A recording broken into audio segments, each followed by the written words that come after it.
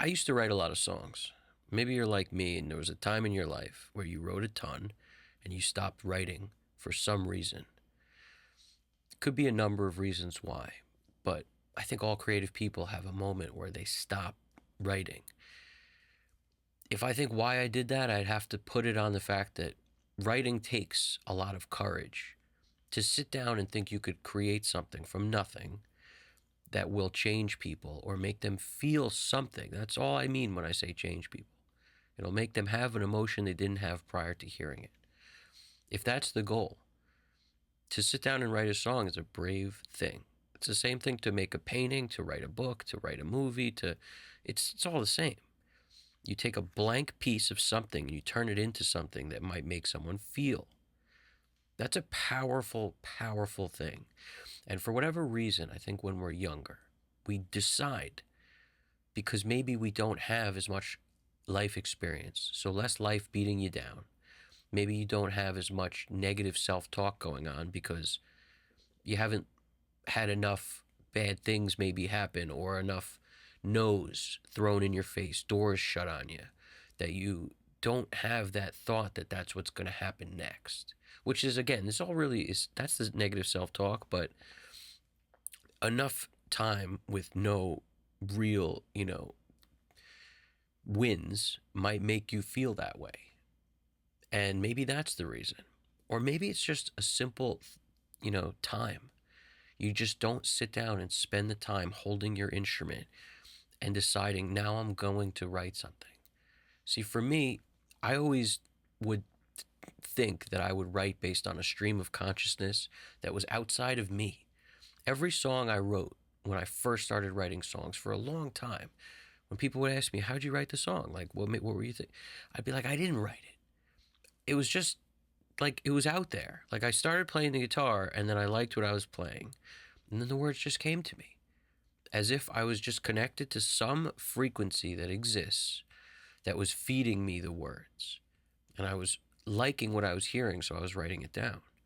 So when you trace that backwards, what it means is that the things that I was hearing, I thought was good. So I would pick up the pen and do the work to write it down because it was good to me. I accepted it. My filter allowed it to seep in. Maybe that's what people aren't doing who have writer's block. Maybe you're not letting yourself take the next step because you don't believe whatever it is you're thinking is good enough. So you never write it down because you don't think it's good. Why would you write it down? I used to hear a lot of stories, like Jimi Hendrix used to carry around a book in his back pocket to write things down that he heard throughout the day so that when it came time for lyrics, he would go to the book. When I heard this story, it meant a lot to me. I'm a huge Hendrix fan, especially as a guitarist, and a lot of his songs always meant a lot to me, but his words were also kind of abstract in a way. There was a meaning there always, but there was sort of, it wasn't just, straight line thinking in terms of lyric, from one to the next, line to line. There was some abstract there. Now, granted, he was a very psychedelic person, right, in terms of what he would experience. And he's known for doing all sorts of, LSD and different drugs. But aside from that, I think it was a similar thing for him where he would know when he heard something, he liked it. It wasn't a question. Do I like that line? You hear it and you like it. A lot of, I do that with band names. If I'll just be talking with a friend and someone will say something and I'll be like, that's a great band name. I still do that all the time. But for whatever reason, there's something when it comes to thinking that you are going to be the one to take a torch, carry it down a dark path, because a paper that's blank is just that. It's a dark path. And you will light the path with your torch if you're brave enough to walk down it. And that's a big reason, I think, why maybe now I don't pick up the pen anymore. Because you must be willing to sort of fight through whatever you're going to encounter along the way to write that song. And at the end of it, you only feel successful if it means something to you. So that's the key that I've realized, I think, over a lot of time. And I don't know if you guys feel the same way, but when I write a song and it means nothing to me, when I'm done writing it, it feels like a waste of time. It feels like I need to rewrite the lyrics for this. It feels like, why did I, like, the music's too good for these lyrics. And I've done that over time, where I sort of, would have music I really loved and lyrics I wasn't that connected to. I'd pair them together, and then later the song would mean nothing to me. And that to me is heartbreaking, because it's as if you went down that path and you lost. It's like you lost the battle. So if you notice, I'm not relating success in terms of people liking the song to me winning. To me, that's not connected. It's about me looking at what I did, reading what I did, hearing it on playback, and saying, this is great because it means something. That's all it is. So that's what I interpret as a win, because I'm the one that's got to sing it. I'm the one that's got to, I'm the one who wants to be proud of it. So as a result, all that matters to me is feeling something that this is me when I wrote the song, that this is a real emotion. And it doesn't have to be real in the sense of who I am in this world right now. In the same way that Picasso could make a painting that everything was sort of abstract looking, nothing looked like it was supposed to, or not like it was supposed to, nothing looked like real life. It was its own world. That's what you create when you write a song, when you make a painting, when you write a movie. You create your own world.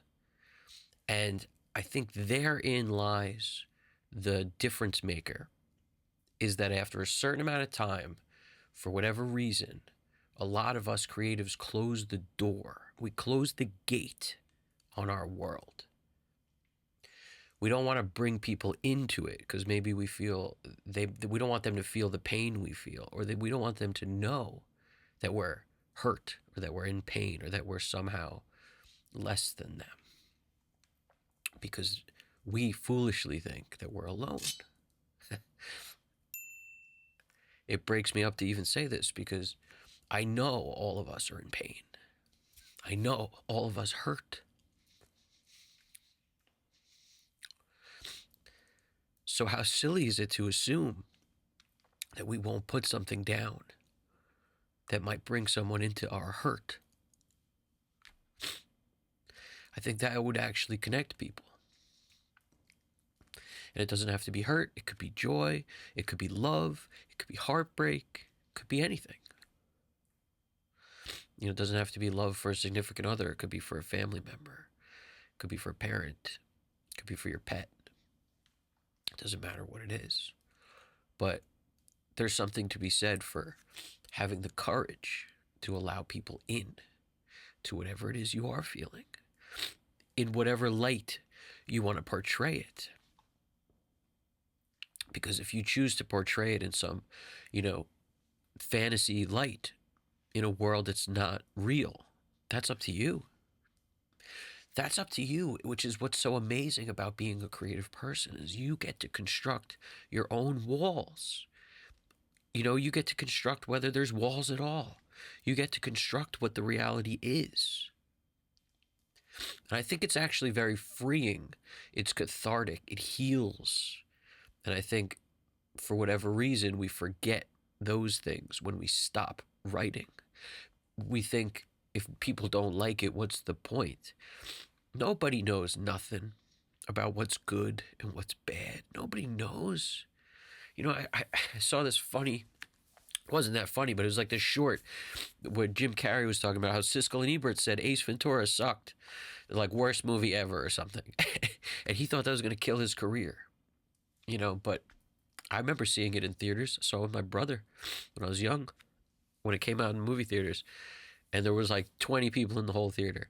Everyone was cracking up half the whole time, or half the time. Like, there were laughs filling that theater. And it's a cult classic. You can't deny how good that movie is. But the point is, the critics, Siskel and Ebert, who, if you don't know who they are, it's before social media. Those were the guys who reviewed movies. They apologized.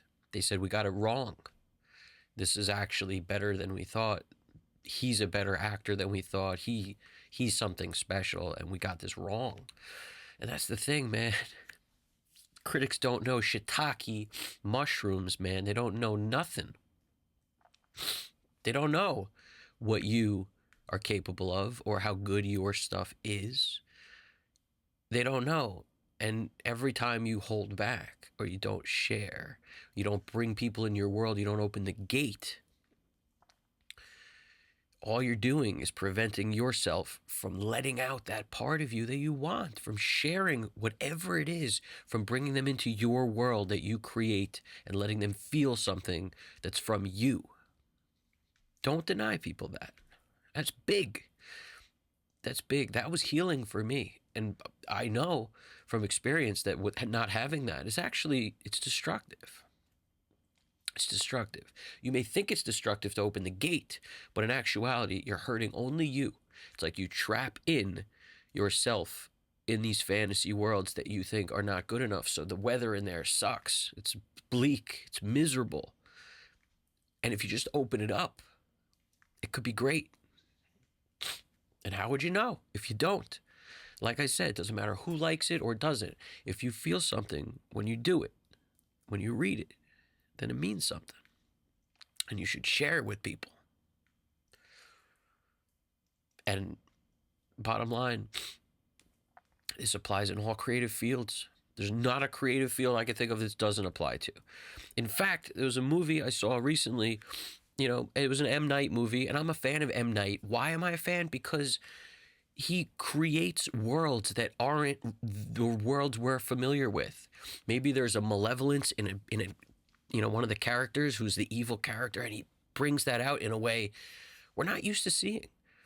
Or he just creates a turn on reality in some way. And whether you like him or not, the trailer says, when they're advertising this movie, in the world of M. Night Shyamalan. And what a great way to say it. He's created a world that you're now going to be part of for however long the movie is. And you better like it. And if you don't like it, that's fine. But at the same time, this is his world. He doesn't care if you like it. My point is that you better like it. It's sort of what he's saying when he writes it. You better like this. Because this is my world. I'm going to bring you in to how crazy people can be, how evil people can be, how deceiving people can be, how people may think they're doing good, but in actuality, they're doing something that's really crazy, or that's really backwards, or something you just never would think of, because it's his world. That's the point. And that's what you could create when you make a song or a painting.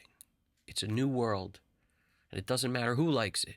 They better like it, is how you should look at it, because that's the courage it would take to do it. And I think that's the point.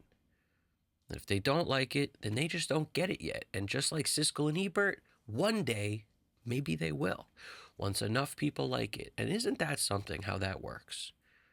Once the world starts liking it, people have a tendency to change their mind. It's funny how that works, isn't it? So put out whatever you're going to put out, and just have the courage to open the gate to your world. And let me know what you guys think, because maybe there's some stuff I left out. Maybe there's some other reasons people might decide that writer's block is a good thing for them. But in my opinion, it's actually a terrible thing for someone who needs to be creative.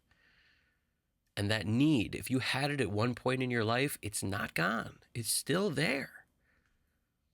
You just got to let it out a little bit.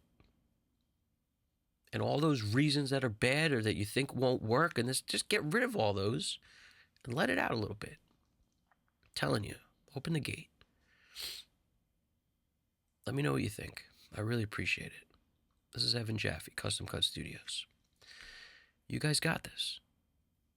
Take it easy.